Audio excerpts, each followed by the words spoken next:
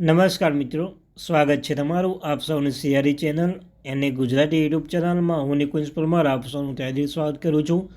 તો મિત્રો, આજના વિડીયોમાં આપણે ચર્ચા કરીશું ગુજરાતના મુખ્યમંત્રી શ્રી ભૂપેન્દ્રભાઈ પટેલની અધ્યક્ષતામાં મળેલી બેઠકમાં લીધો મહત્વપૂર્ણ નિર્ણય.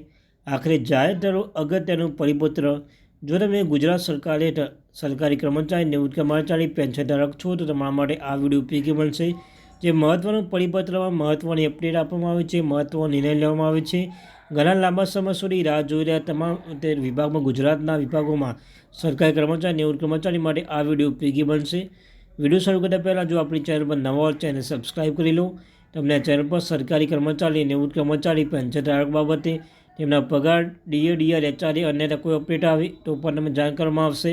તો આપણી આ ચેનલ એને ગુજરાતી યુટ્યુબ ચેનલને સબસ્ક્રાઈબ કરવાનું ભૂલશો નહીં. ચાલો આજનો વિડીયો આપણે શરૂ કરીએ.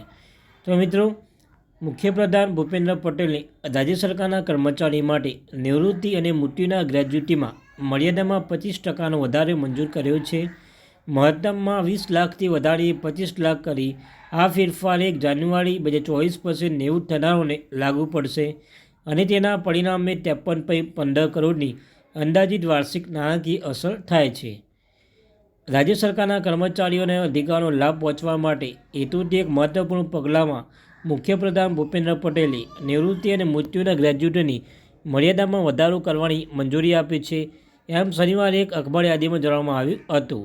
હાલમાં રાજ્ય સરકારના કર્મચારીઓ અને અધિકારીઓને મહત્તમ 20 લાખની મર્યાદા સાથે નિવૃત્તિ અને મૃત્યુ ગ્રેજ્યુટીમાં હકદાર છે. કેન્દ્ર સરકારના નીતિના અનુરૂપ મુખ્યમંત્રી ભૂપેન્દ્ર પટેલે આ મર્યાદાથી 25% વધારો કરીને 25 લાખ રૂપિયા કરવાનો નિર્ણય કર્યો છે.